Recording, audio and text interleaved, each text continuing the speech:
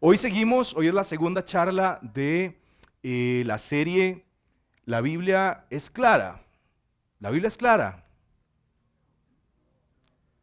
Y hoy vamos a desarrollar un tema bien interesante, van a ver. Yo quisiera empezar con esta pregunta. ¿Cómo describirías, y yo, porque escuché a alguien que, "Ish", yo escuché a alguien se estaba desinflando. ¿Cómo describirías tu relación actual con la Biblia? Piénselo unos segundos, porfa. ¿Cómo describiría su relación actual con la Biblia? Yo no le voy a preguntar a nadie, por supuesto. Pero piense en este momento, mirando hacia adentro, cómo es su relación personal con la Biblia. Y yo les tengo algunas opciones. Si el WhatsApp me lo hubiera permitido, créanme que se los hubiera enviado por tipo encuesta, pero creo que no soporta tantas posibles respuestas. Entonces lo que hice fue ponérselas acá, pero no sé si la vista nos da. Entonces yo voy a ayudar leyendo. La primera dice, la pregunta es, ¿cómo es tu relación actual con la Biblia? Y la primera respuesta posible es, la verdad. ¿Qué es eso? La segunda diría, solo la leo cuando proyectan algún texto en las pantallas de la iglesia. La tercera, vaya viendo a ver en cuál se identifica usted, ¿verdad? Respóndase usted mismo. La tercera diría, la tengo abierta en el Salmo 91, aquel que dice, el que habita al abrigo del Altísimo morará bajo la sombra del Omnipotente desde el 2012, protección garantizada. La cuarta opción sería, a veces la abro, pero siento que me ve feo. Me enhacha, diríamos en tico. La quinta sería, todavía no entiendo por qué leerla es tan importante si yo me sé el Padre Nuestro. La sexta, la tengo en mi celular, pero se me atraviesa el Instagram cada vez que intento leerla. La siguiente posible respuesta es, compré mi Biblia en 2016 y todavía huele a nuevo. La siguiente, la uso para buscar versículos que confirmen mis decisiones. La siguiente, no la leo mucho, pero sí me encanta cuando alguien la explica bien. La siguiente, la escucho en audiolibro cuando manejo Dios y yo en el tráfico, que es súper válido. La siguiente, vamos despacio, entre ella y yo, pero la cosa parece que va en serio. Y la última posible respuesta dice, nos casamos en secreto. Leo, subrayo, comento y le hablo. O sea, me identifico con el hashtag soy un comebiblia. ¿Cuál posible respuesta? No nos la diga, pero trate de identificarla por ahí. ¿Qué respondería usted? Y verán que yo me hice esa pregunta y para mí fue un poquito necesario irme a revisar un poco cómo ha sido mi relación personal históricamente con la Biblia.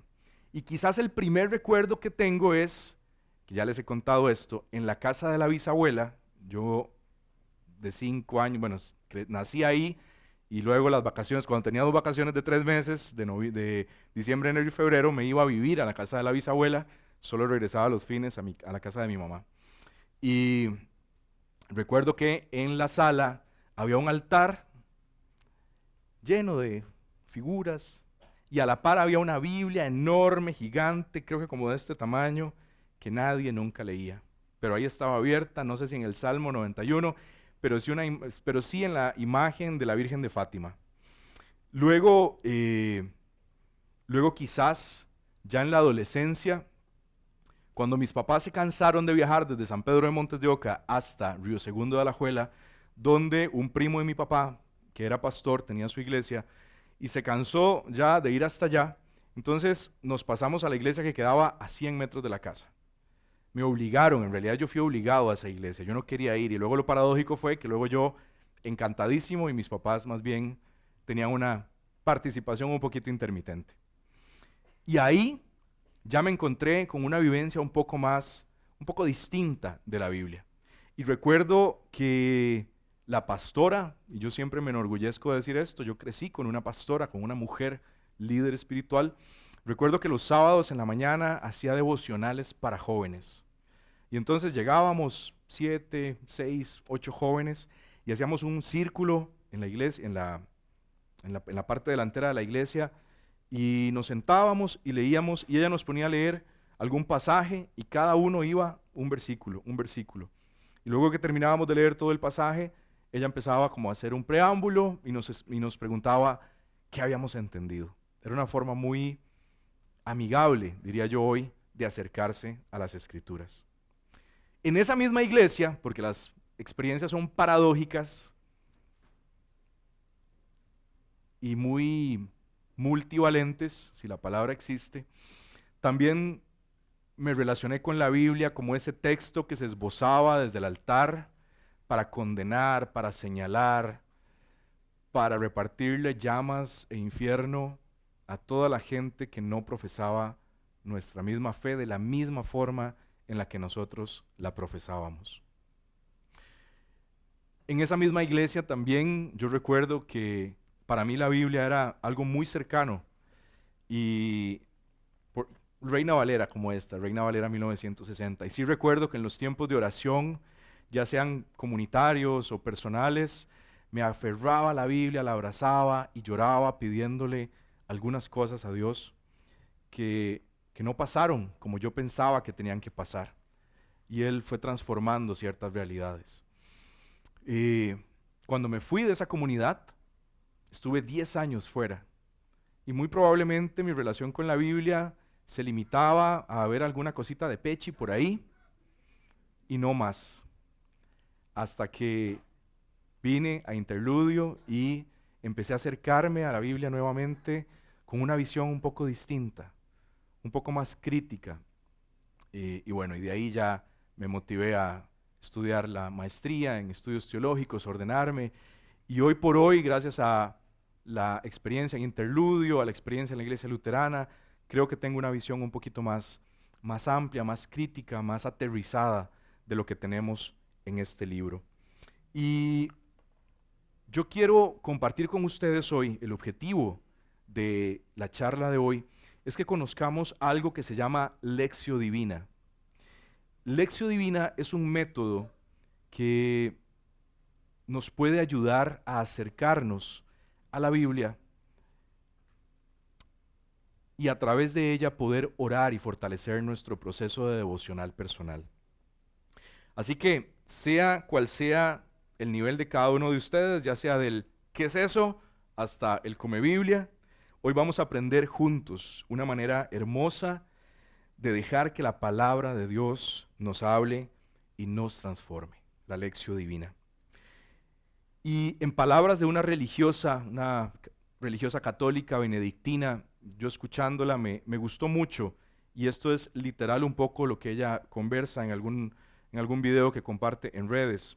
Y ella dice, la Lectio Divina es un contacto orante con la palabra de Dios. Es una lectura inteligente y amorosa de la palabra de Dios.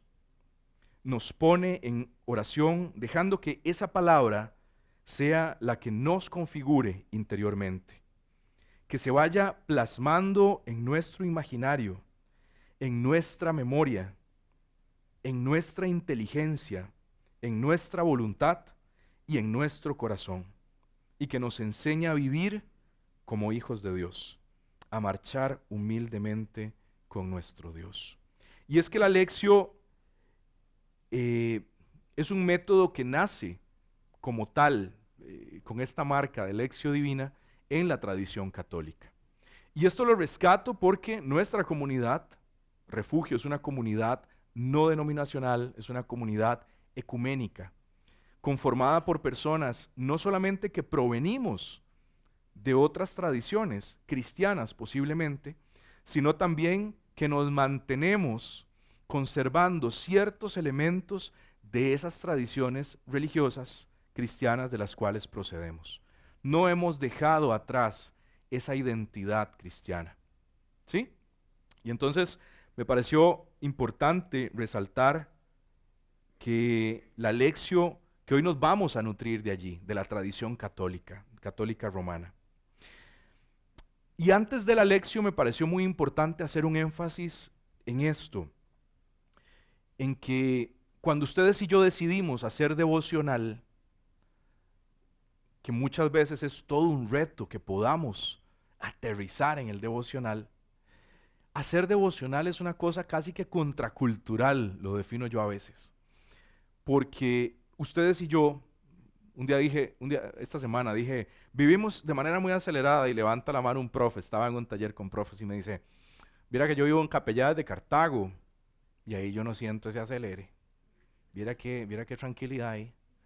Y yo, sí, sí, yo conozco. Y resultamos compañeros de trabajo hace 1000 años. No compartíamos mucho directamente, pero sí teníamos referentes comunes.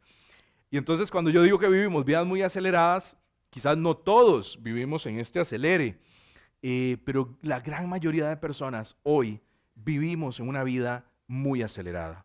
A nivel personal, cumpliendo con una gran cantidad de responsabilidades personales, familiares, laborales, académicas, en otros proyectos que estamos involucrados, como en el proyecto del servicio de la iglesia y del Señor, entre otro montón de cosas.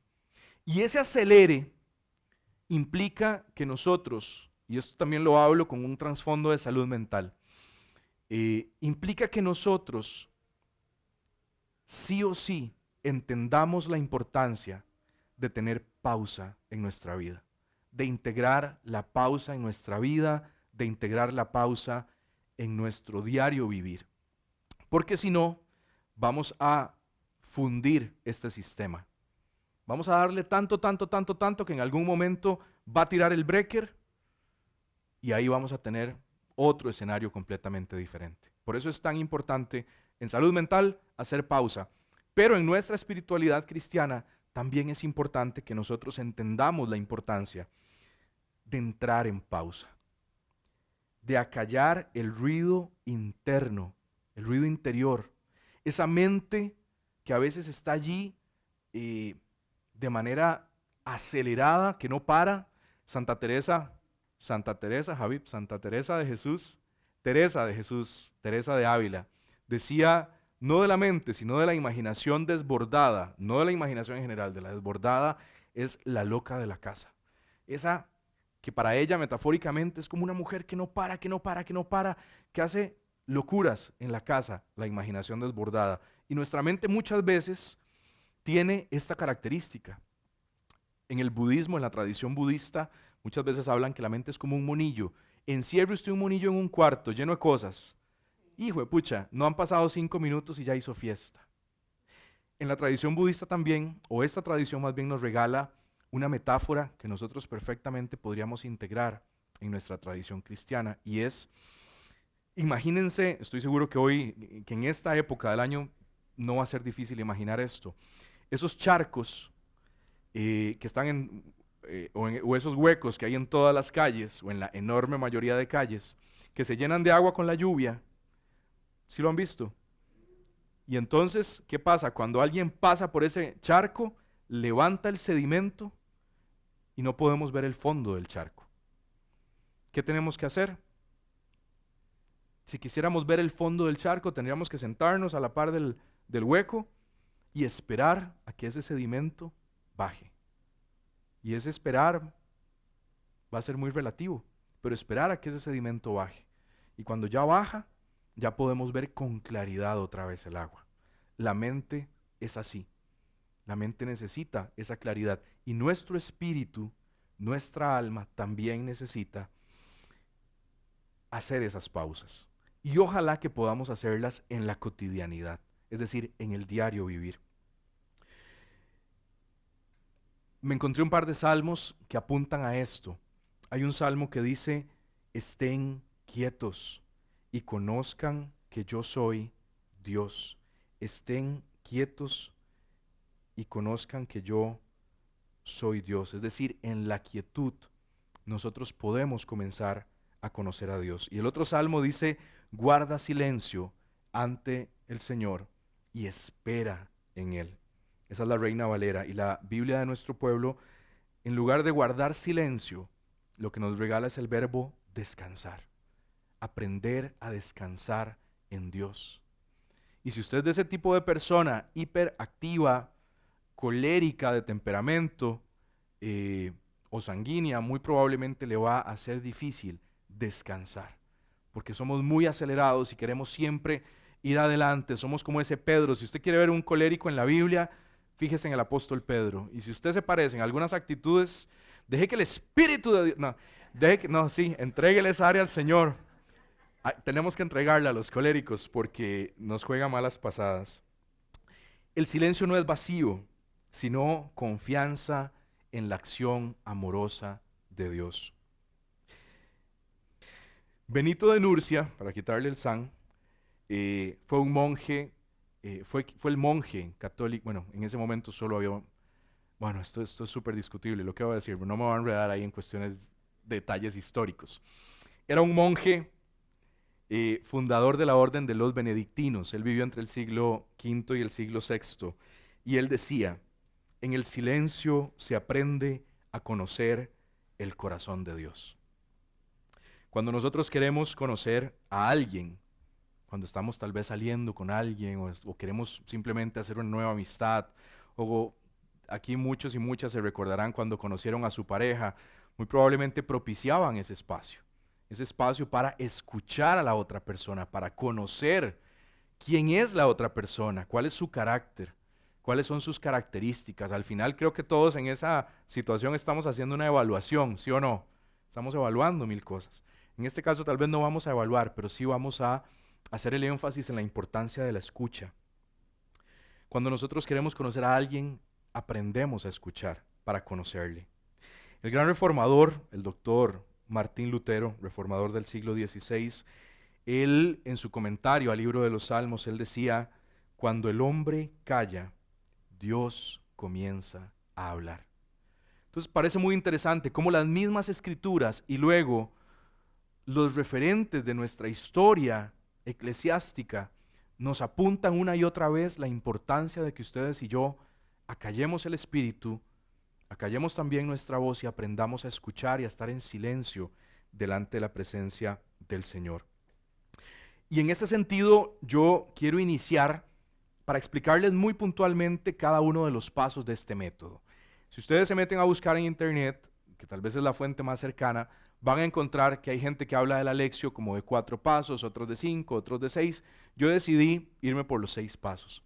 Y el primer paso no es tanto un paso de la Lectio Divina, sino más bien una cuestión previa.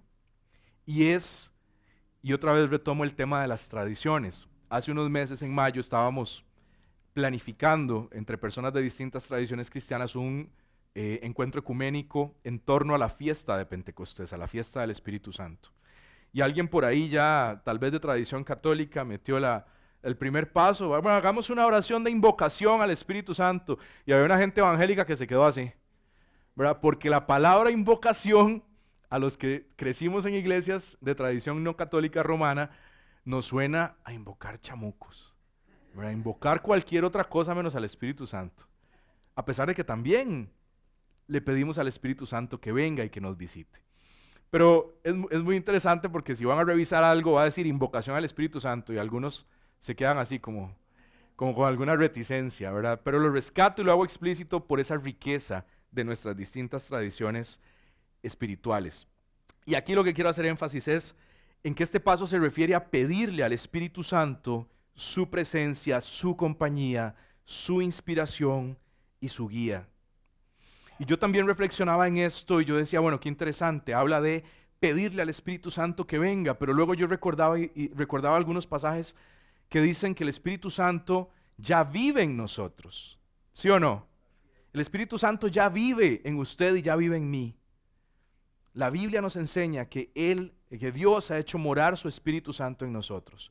Y si usted es creyente, si usted es discípulo o discípula de Jesús, en usted ya mora el Espíritu Santo. Y hay otro texto que también dice Pablo en Efesios, que ustedes y yo hemos sido sellados con el Espíritu Santo para el día de la redención.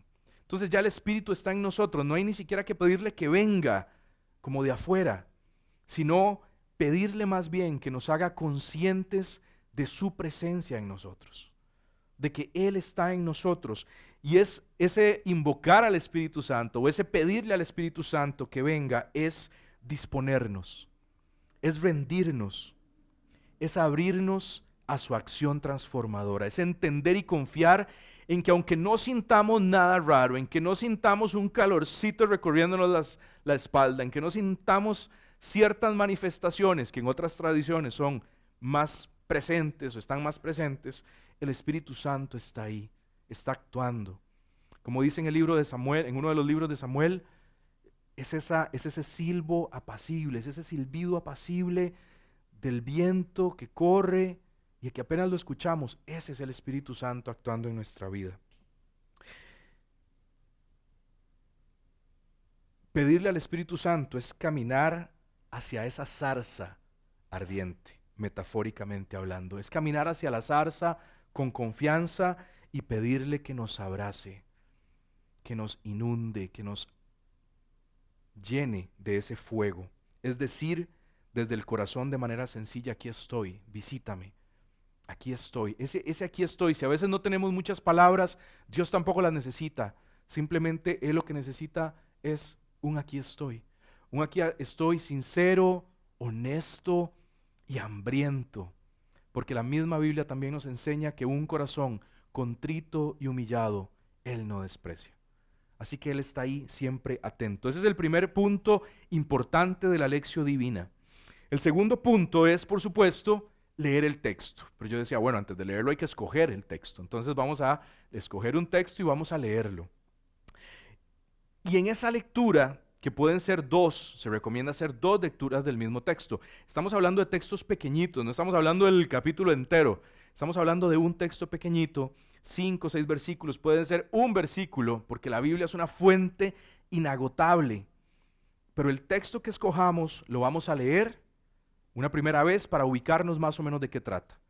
Y vamos a hacer luego una lectura, una segunda lectura, donde vamos a poner atención a ver quiénes son los personajes en el texto, quiénes están allí, qué interacciones hay, qué verbos están ahí que son claves, qué interacciones, qué situaciones, qué lugares. A veces se menciona, estaba fulanito en tal lado, iba para tal lado. Eso puede darnos algunas claves ya del texto. Lo primero que ustedes y yo vamos a hacer es leer el texto dos veces. Una primera lectura, nos contextualizamos, y una segunda lectura poniendo atención a estos detalles. Hay un jesuita español que me encanta escuchar, lo pueden encontrar en YouTube, que se llama Javier Meloni, y él dice, hablando de la lectura de los textos bíblicos, somos todos los personajes bíblicos. Es decir, cuando usted lee un texto, usted podría identificarse perfectamente con todos y cada uno de los personajes en algún momento de su vida. Y en algún momento, en algún punto de nuestra vida, nos parecemos más a este, dependiendo de la situación que estemos leyendo. El segundo paso, antes un paréntesis. La semana pasada alguien me preguntaba, Edu, y una Biblia, o sea, José hablando de varias versiones, ¿cuál podría ser una Biblia? Yo no es que ninguna librería me va a pagar comisión, pero si tuviera que dar una recomendación que me dieron una vez a mí es la Biblia de nuestro pueblo. Una vez le hice la misma pregunta a José, una Biblia que me recomendés, y José me dijo, la de Luis Alonso Schöckel, esta. ¿Por qué? Porque tiene explicaciones y abajo del texto bíblico tiene explicaciones que son sumamente valiosas, sumamente esclarecedoras. Entonces, si alguien no tiene Biblia y está en proceso de comprarse una, o quiere cambiar de Biblia, quiere renovarla, o lo que sea, es una muy buena recomendación. El tercer paso, después de leer el texto, se llama meditatio en latín. Y medita es precisamente respondernos a la pregunta de qué nos está diciendo el texto. ¿Qué nos está diciendo ese texto que nosotros estamos leyendo? ¿Qué me dice a mí Dios a través de ese texto? De la situación que se está plasmando allí. Teniendo plena conciencia de que Dios nos está hablando a través de su palabra escrita. Jesús es la palabra viva de Dios. Pero la Biblia es la palabra escrita de Dios. Y nosotros, desde la tradición cristiana de 2000 años, entendemos que ha sido inspirada por Dios y que Él nos habla a través de la Escritura. Y allí, una pregunta válida para formularnos cada uno y cada una sería, ¿cómo puedo aplicar ese principio espiritual, esa situación espiritual que se está plasmando allí, ¿cómo la puedo yo aplicar en el contexto de mi vida hoy? 1950 años después de que se escribió, en un contexto cultural, histórico, político, geográfico completamente diferente. ¿Cómo puedo yo aplicar el principio espiritual contenido allí en mis relaciones, en mis proyectos, en mi discipulado, en mi camino de seguimiento de Jesús? Ese es el tercer paso. El cuarto paso se llama ora. Voy a hacer una pequeña recopilación. Nos ponemos en presencia del Espíritu Santo, número 1. Número 2, leemos el texto. Número 3, meditamos el texto. ¿Qué nos dice el texto a nosotros? Y número 4, oramos. Y ahí más bien somos nosotros los que le vamos a hablar a Dios. Y ahí tal vez la pregunta es, ¿qué le digo yo al Señor a partir de lo que está plasmado en el texto? Convierto lo que yo medité en una oración, básicamente. Y orar es conversar. Orar es conversar. Y cuando oramos, hay diferentes tipos de oración. A veces ustedes y yo sentimos la necesidad de agradecer. Y nos desbordamos en agradecimiento. Dios, gracias por esto, gracias por esto, gracias por esto, gracias por estar aquí, gracias por ayudarme acá. Y a veces simplemente queremos reconocerle, gracias porque eres bueno. Porque yo he sentido en mi vida que eres bueno, que has estado presente, que has sido fiel, que me has sostenido, gracias. Y adoramos y reconocemos sus atributos. A veces más bien nuestro corazón está alicaído y más bien llegamos llorando, necesitados y necesitadas de ser consolados. Y ahí más bien nada más estamos, Señor, con alguna necesidad tal vez, con alguna tragedia en nuestra vida, y solo queremos que Él sentir ese abrazo, ese abrazo cercano, amoroso, tierno de Dios. Y muchas veces necesitamos tal vez que Él intervenga sí o sí, palpablemente, visiblemente, expresamente en una situación en nuestra vida. Oramos a partir de lo que meditamos en el texto. El quinto paso, que quizás, y yo voy a hablar de mi experiencia personal, tal vez nos fue nuevo, nos fue muy novedoso. Y es que en la tradición donde yo crecí, la contemplación no se planteaba así, y creo que tampoco la idea central. Contemplar es tomar conciencia de la presencia de Dios. De que mientras hacemos devocional estamos permanentemente en la presencia de Dios. Pero cuando hacemos devocional nos apartamos y estamos diciendo, me desconecto de todo, no me hablen, me encierro, como decía Jesús, cuando vayas a orar, entra en tu aposento y cerrada la puerta. Eso quiere decir, yo me estoy apartando para dedicarme explícitamente a esto, no quiero nada más, únicamente a esto. Contemplar es que nos hemos apartado voluntariamente de las otras personas, de las labores, de las distracciones, para estar cara a cara con Dios, para experimentar la realidad de Dios en nosotros, dentro de nosotros. Contemplar específicamente y hacer devocional en nuestra vida cotidiana también es sacar un tiempo de refrigerio. Simboliza eso en nuestra vida. Un tiempo de refrigerio con nuestro Dios, con ese Dios que nos ama, que nos espera constantemente, que quiere que descansemos en Él, que reposemos en Él. Es como emular la actitud de María de Betania. ¿Recuerdan en una ocasión cuando Jesús fue a visitar a sus amigos en Betania? Fue a visitar a Lázaro, a María, a Marta. Tal vez ahí Lázaro no aparece en esa escena, andaba afuera haciendo un mandado. Las que aparecen son Marta y María. Y María no le importó el montón de oficio que había que hacer, se sentó a los pies de Jesús. Era un gesto muy de los discípulos, y los discípulos eran en esa cultura hombres. Y sin embargo a ella no le importa la limitación que tenía cultural por su género. Y ella se sienta a los pies de Jesús para escuchar a Jesús hablar, para ponerle atención, para mirarle. Eso es contemplar, sentarnos allí y dejar que lo que hemos leído, que lo que hemos orado, que lo que hemos meditado, nos atraviese, nos transforme, trabaje en nosotros, en nuestras actitudes, en nuestras emociones, en la forma en la que tomamos decisiones. Agustín de Hipona decía Guarda silencio ante el Señor y deja que Él hable al corazón. El ruido del mundo impide escuchar su voz. Por eso es que los padres de la iglesia, los santos de la iglesia, las santas, siempre nos invitan a apartarnos, apartarnos. Ya solo la distracción, el celular siempre es un distractor, como lo veíamos ahora en la encuesta. Nosotros estamos sobreestimulados en nuestra vida cotidiana y el solo hecho de tomar una decisión consciente, intencional, de disminuir esos estímulos, de escapar de esos estímulos para buscar nutrir nuestra vida interior, eso ya va a traer valor a nuestra vida. Ignacio de Loyola decía, el silencio es la primera condición de toda contemplación. En el silencio el alma se dispone para escuchar. Vean qué interesante. Callarnos para escuchar, porque Dios siempre está hablando allí, en el susurro de nuestro corazón. El pastor luterano y mártir de la Segunda Guerra Mundial, de la Shoah, Dietrich Bonhoeffer, insistía en que el silencio prepara el alma para escuchar a Dios y a los otros. Él decía, el silencio ante la palabra conduce a la oración.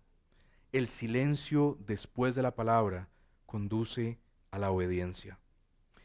Al contemplar, permanecemos en silencio delante de Dios y a la vez Dios, que habita en cada una y en cada uno de nosotros, nos transforma. Le damos el espacio para que Él trabaje en nosotros.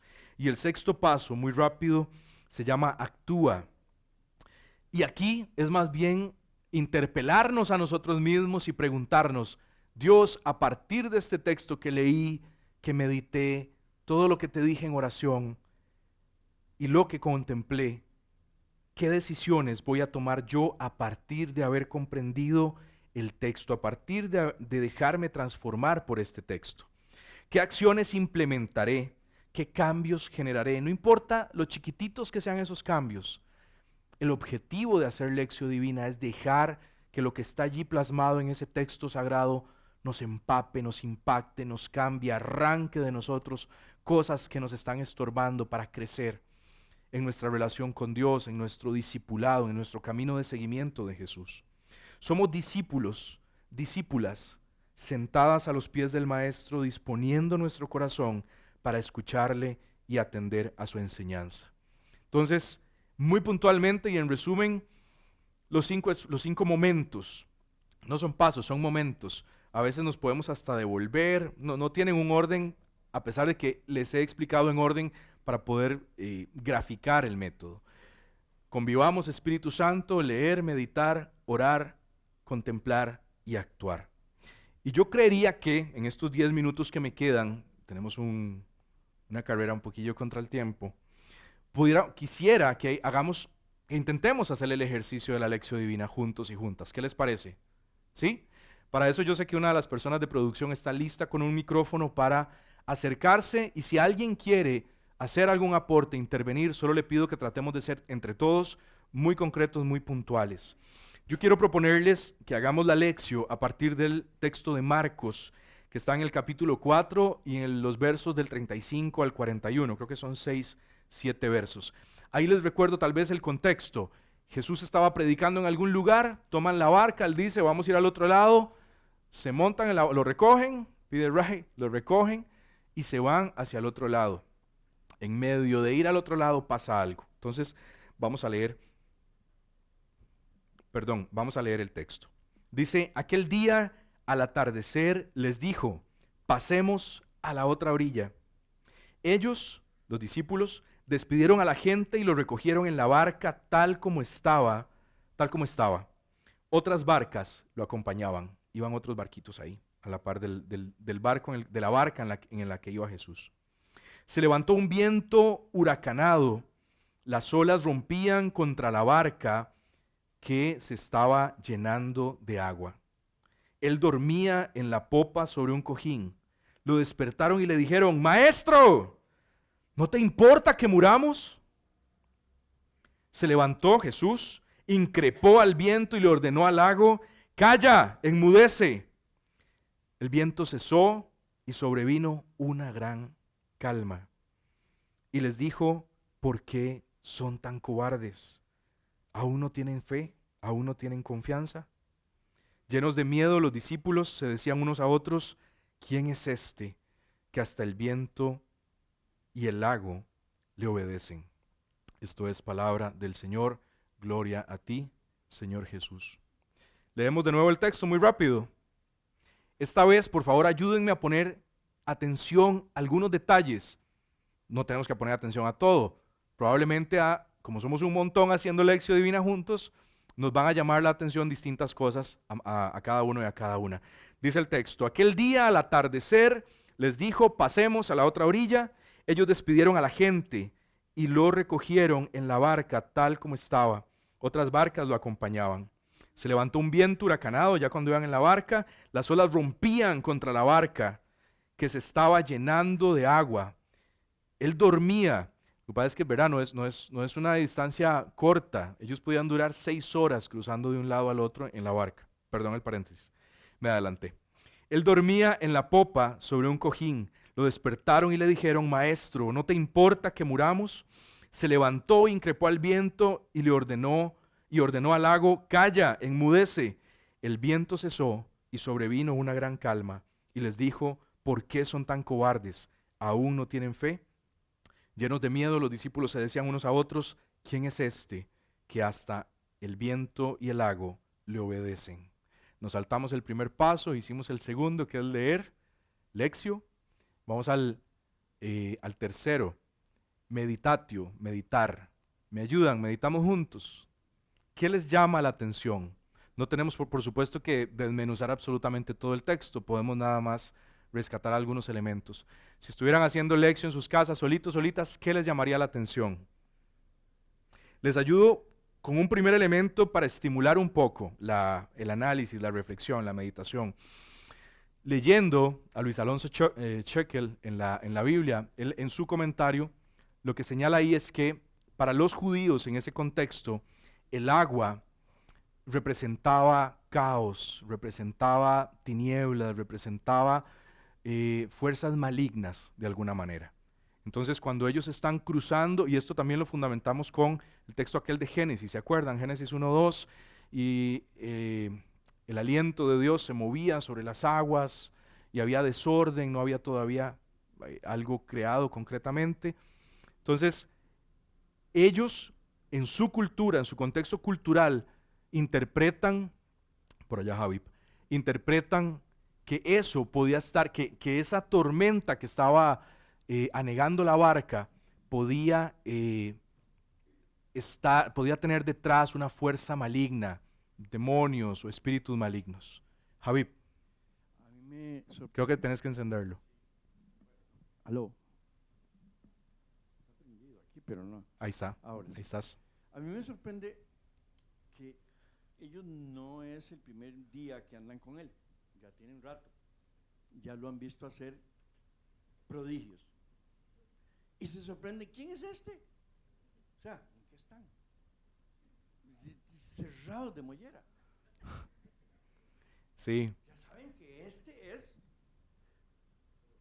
¿Verdad? O sea, sí, sí, ¿por qué les sorprende que haga lo que hizo? claro. Y siguiendo a Meloni, que le lo mencioné hace un ratito, somos todos los personajes bíblicos. Yo no sé ustedes, pero yo muchas veces me identifico plenamente con lo que está diciendo Javip. Cuántas veces yo que he creído, que he visto a Dios actuar en mi vida, sigo muchas veces dudando de que Él esté o cuestionándome por qué no interviene como yo necesito que intervenga. ¿Quién más? Andrea. Hola, bueno, varias cositas quería aportar con respecto a lo de la invocación del Espíritu Santo. Yo creo que para personas que tenemos problemas con el control, ¿verdad? Ese primer paso es decirle al Espíritu Santo, me humillo, ¿verdad? Y cedo el Ujú, control, ujú, gracias. ¿verdad? O sea, es algo de lo que a mí me cuesta mucho y he trabajado y yo creo que es poder hacerlo consciente. Él vive en mí, pero él es muy respetuoso. Entonces no va a tomar el control si yo no se lo permito, ¿verdad? Ahí está el libre albedrío. Y después con el texto, tal vez no yéndome por otro lado, a mí me llama mucho la atención cuando cuando dice, maestro, no te importa que nos estemos muriendo, hundiendo.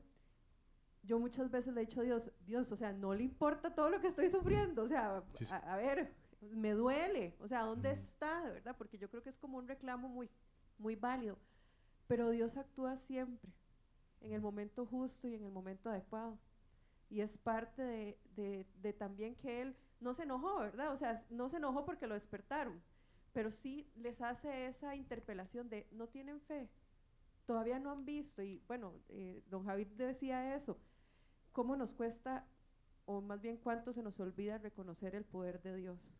Podemos caminar con Él todos los días de nuestra vida y aún así a veces se nos olvida quién es Él. Gracias, André. Ana, allá hay una manita levantada.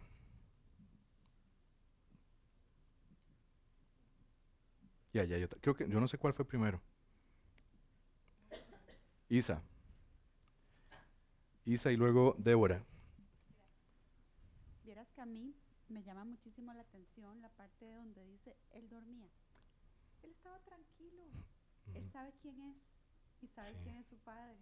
Sí. Entonces él dormía, no lo estresaba que estuviera ¿verdad? El mar ahí revuelto. Él sabe quién es y sabe lo que puede hacer. Eso me encanta. Y me encanta también la parte, ¿me lo puedes pasar para recordar? ¿O adelante o atrás? Para adelante. No, A mí me encanta la parte de quién es este. Yo no lo veo tanto como una duda, sino más bien como una afirmación, porque a veces uno mismo, ya uno sabe que Dios es poderoso, pero muchas veces cuando ves la obra maravillosa o el milagro que estabas esperando o la respuesta inmediata o la respuesta que has esperado por años, pero entonces te aseguras y dices, wow, ¿quién es este? Que todo el mundo, o sea, el mar, todo le hace caso. Ajá. ¿Quién es este? Es el Señor que tenemos, que es poderoso.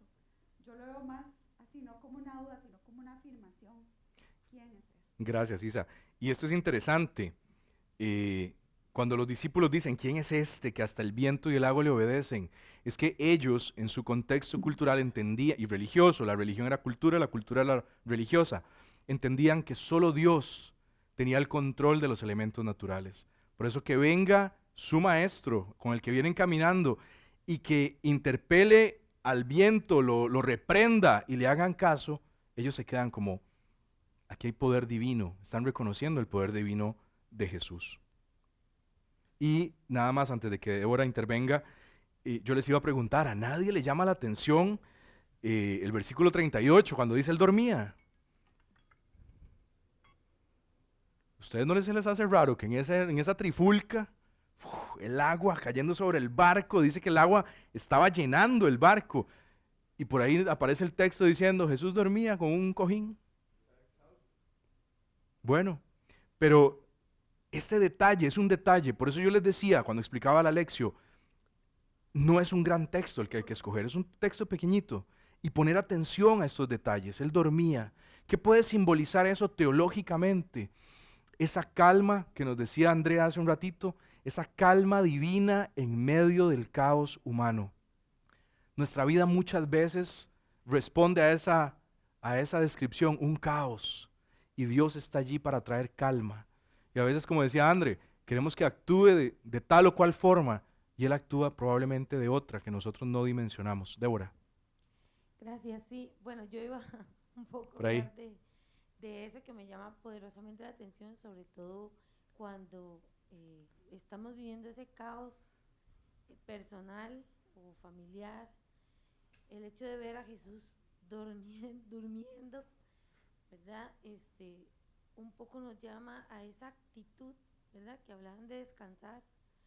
Y otro, o sea, si Dios, que es Dios, puede descansar en el caos, entonces un poco siento que ese es el llamado, a descansar para dejarlo a Él actuar. Y otra cosa que me llama la atención es que el otro que decía, ellos llenos de miedo y ver esos miedos compartidos, ¿verdad? A veces estamos en una situación pienso un poco en el futuro, elecciones, por ejemplo, presidenciales, guerras, todas estas situaciones que estamos viviendo, esos miedos compartidos, porque a veces uno vive su propio miedo, su propia situación, pero también tenemos esos miedos compartidos y veo donde ellos están hablando, entonces me parece también algo muy importante el poder compartir eso, compartir con otros esos miedos, poder hablar al respecto, poder llamar, ¿verdad?, a Dios, decir, Señor, mira todo esto que estamos viviendo, todo este caos, pero también pensando siempre en esa calma, en ese, ok, estoy viendo, Dios está durmiendo, pero no quiere decir que no vaya a hacer algo, que no vaya a pasar, que las cosas no vayan a suceder, y a veces es difícil llegar a esa fe, ¿verdad? Correcto. A ver que las cosas suceden y parece que no pasa nada. Sí, así es. Gracias. Fe, a veces yo no sé si a alguien le pasa, fe es un término que a veces es complejo, pero cuando lo aterrizamos a confianza, fe es igual a confianza. Fe en Dios es confiar en Dios, descansar en Dios, en que Él tiene el control, en que Él va a intervenir. Les cambio un poco aquí, voy a tomarme 5 minutos más, les cambio aquí un poco la dinámica. Ya, Espíritu Santo, estamos aquí, leímos, meditamos y ahora oremos. Oremos, no oremos de oremos, sino oremos. ¿Qué le diríamos nosotros a Dios a partir del texto? Les cambio un poquito la consigna y abro el micrófono para que alguien, a partir del texto que estamos revisando y lo que estamos meditando en conjunto, ¿qué le diría? Es una frase. ¿Qué le dirías vos a Dios? Carlos. Maggi, paran. Gracias a Maggi que nos está ayudando en producción y con el micrófono hoy. Adelante, Carlos. Igual, porfa, concretos porque ya me pasé de tiempo. Le diría que aleje la duda, porque si él duerme tranquilamente, es parte del ejercicio que quizás él no tenga miedo, pero el entorno tiene miedo. Entonces, que aleje la duda para que sobreabunde en mí su fuerza, su confianza. Gracias, Carlos. Esa es tu oración. ¿Alguien más inspirado en el texto, en la meditación que acabamos de hacer, le diría algo más a Dios? Señor, Jairo, Doc. Señor, transporta esa paz a la humanidad. Transporta esta paz a la humanidad. A la humanidad. Gracias, Doc. ¿Alguien más sumaría algo a esta oración? Marce. Yo le diría, toma el control de esto que estamos sintiendo y en ti vamos a tener fe que todo va a salir bien. Gracias, Marce. Javib, cerramos con Javib. Yo le diría, gracias Señor, porque una vez más has calmado la tormenta en la que yo me iba a ahogar. Amén. Vamos a dejar ahí por cuestiones de tiempo el paso 4 de la oración. Contempla, no nos va a dar tiempo de contemplar aquí, queda de tarea, pero actúa. ¿Alguien quisiera, sin sentir que se está exponiendo, compartir algún punto relacionado con el actuar? ¿Qué haríamos nosotros a partir de este texto? De lo que me está mostrando el texto, Alejandro. Bueno, me parece súper interesante. Hace un tiempo atrás yo estaba y ahora yo lo entiendo, ¿verdad? Estaba con mi papá en una situación un poco complicada, donde estábamos pasando una noche los dos juntos, y a mí me entró, mi papá es un hombre de Dios, tiene mucha calma, y en ese momento yo pasé toda la noche en vela, ¿verdad? Muy preocupado, y mi papá durmió toda la noche y roncaba. Y entonces yo lo volví a ver y yo tenía una cólera tan grande, ¿verdad? Que yo decía, ¿cómo es posible que este mae, con lo que estamos pasando, esté roncando y esté durmiendo, ¿verdad? Entonces, eso, ahora que leo este versículo, él actuó de esa manera y lo llevó al vivir, al presente, ¿verdad? Entonces, para mí eso es como el actuar, ¿verdad? Entender que ahora que yo leo esto, yo digo, sí se puede, ¿verdad? Entonces quería como compartir Gracias. ese momento. Gracias. Actuar es dejar que realmente que la Escritura permee en nosotros y ya en el actuar cotidiano, en las pequeñas decisiones, en nuestras interacciones, en nuestro trato con la gente, en las decisiones que tomamos ante situaciones familiares, un negocio. Es la parte tal vez que nos toca a nosotros, es tomar una decisión y decir, voy a hacer esto. Cierro acá. Bueno, ahí les había incluido las preguntas y vamos a orar entonces. ¿Les parece? Para cerrar, inspirado siempre en el texto que acabamos de leer.